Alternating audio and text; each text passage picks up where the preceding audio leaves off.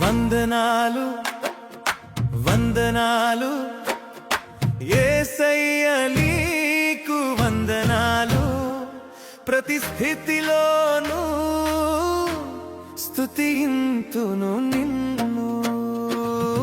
వందనాలు వందనాలు యేసయ్య నీకు వందనాలు, ప్రతి స్థితిలోనూ స్తుతింతును నిన్ను. గతించిన కాలమంతా కాపాడినావు, నూతన దినమును మాకిచ్చినావు.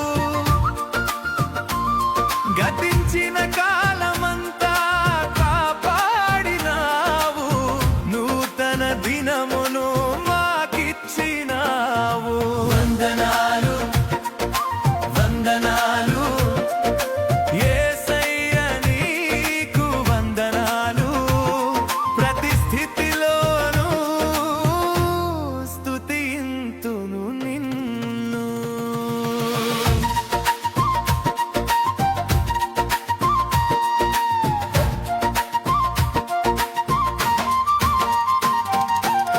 కష్టమైన నష్టమైన వందనాలు, సుఖమైన దుఃఖమైన వందనాలు. కష్టమైన నష్టమైన వందనాలు, సుఖమైన దుఃఖమైన వందనాలు. అన్నీ నా మేలుకే నీవు చేయుచున్నావు, నా కన్నీటిని నాట్యముగా మార్చినావు. వందనాలు వందనాలు యేసయ్య నీకు వందనాలు, ప్రతి స్థితిలోనూ స్తుతింతును నిన్ను.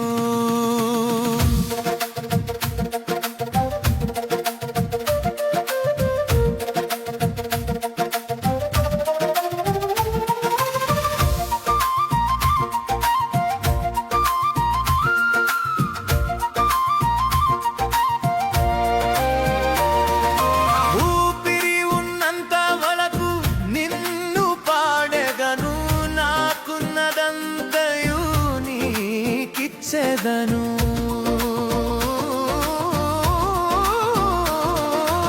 ఊపిరి ఉన్నంత వరకు నిన్ను పాడెదను, నాకున్నదంతయు నీకిచ్చెదను. నీ చిత్తమే నాలో నెరవేరునుగాక, కృతజ్ఞతాస్తుతులు చెల్లించెదనుగాక.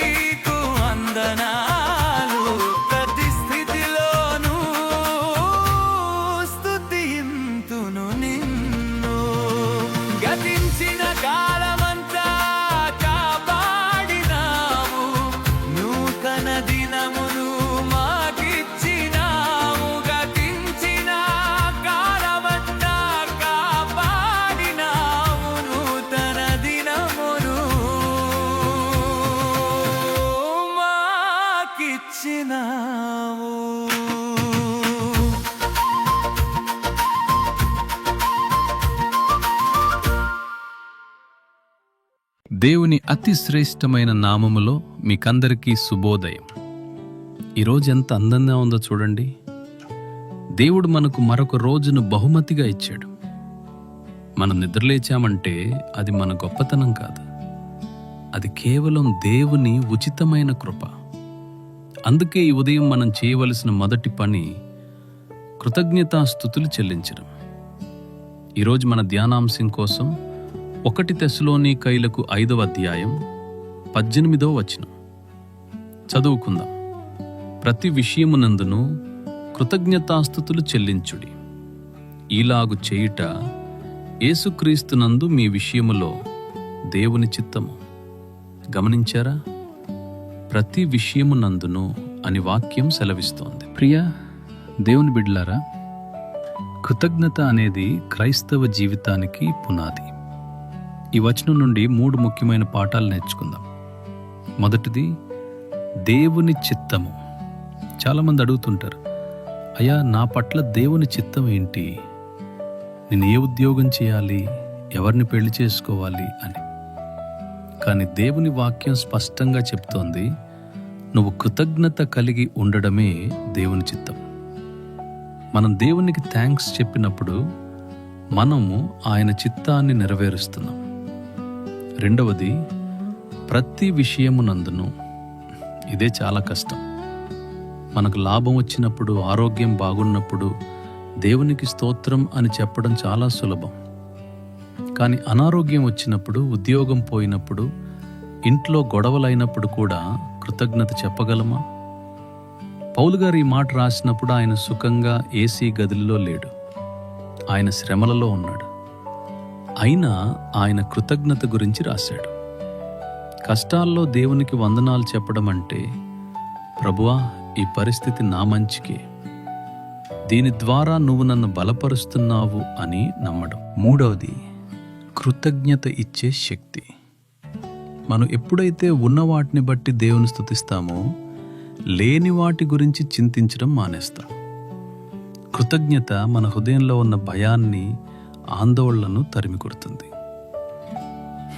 ఈ ఉదయం మీకు ఏది తక్కువగా ఉందో అది చూడకండి. దేవుడు మీకిచ్చిన ఆయుష్ను బట్టి, ఆరోగ్యాన్ని బట్టి స్తుతించండి.